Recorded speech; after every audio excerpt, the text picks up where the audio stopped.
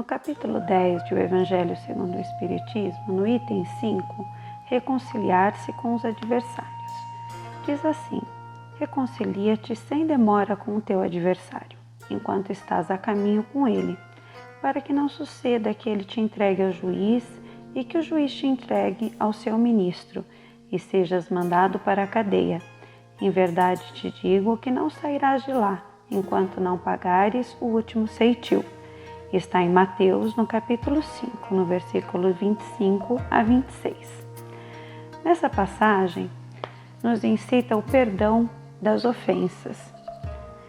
A prática do bem, em geral, é um efeito moral e um efeito também material. E como sabemos, a morte não nos libera dos nossos inimigos. Pelo contrário, aqueles inimigos que nós temos desencarnados nos aguardam ansiosamente a chegada ao plano espiritual, pois assim eles podem exercer uma influência ainda maior, nos atormentar mais diretamente.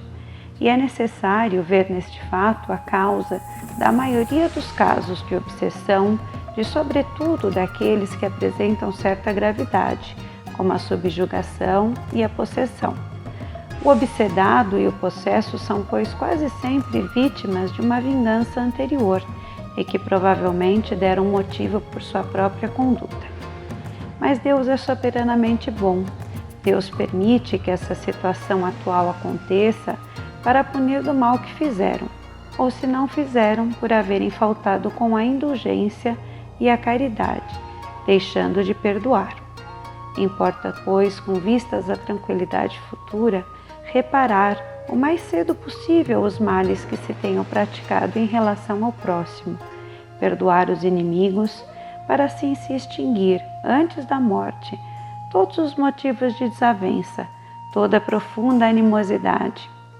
Dessa maneira se pode fazer de um inimigo encarnado neste mundo um amigo no outro, ou pelo menos ficar com a boa causa.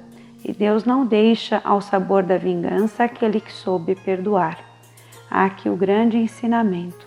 É preciso que haja o perdão de nossa parte, para que a gente faça todo o bem ao próximo e perdoe todos aqueles nossos inimigos.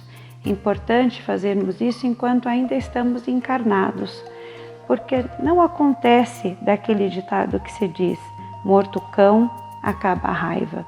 Pelo contrário, se nós não perdoarmos ainda em vida, teremos ainda um longo caminho a fazer no plano espiritual, até que a gente consiga se reconciliar com esse adversário.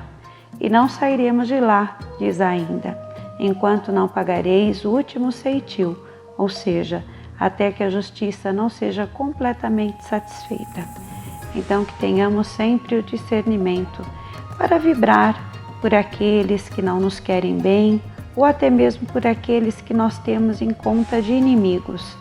Importa-nos que saibamos perdoar, ainda durante a existência, para não levar para a erraticidade e para uma existência ainda futura, um débito, um compromisso, uma falta de perdão que poderíamos já ter feito na própria encarnação. Que Jesus nos abençoe.